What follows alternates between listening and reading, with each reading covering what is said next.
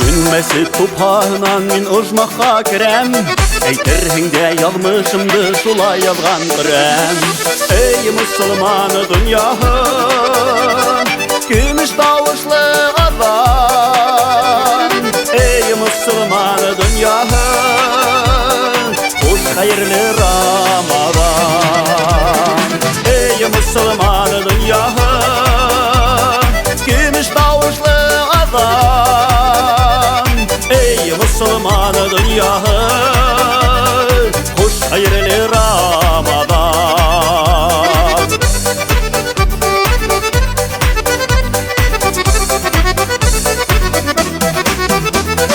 Doğan yerim toprağınandır uz alıp hajga, sıkham ilime iminlik sefer birhin Huday. Ey musulmanı dünyahın, gümüş davuşlu adam. Ey musulmanı dünyahın, hoş hayırlı Ramazan. Ey musulmanı dünyahın, gümüş davuşlu adam. Ey musulmanı dünyahın, hoş hayırlı Ramazan.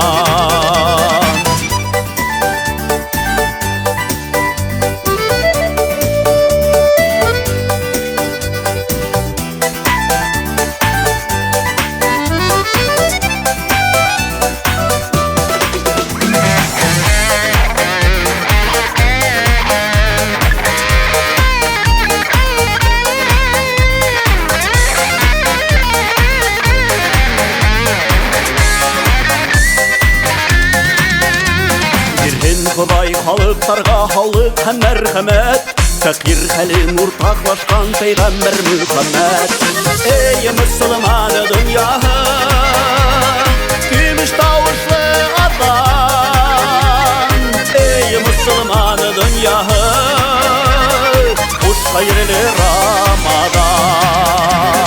Ey musulmanı dünyahın, gümüş davuşlu adam.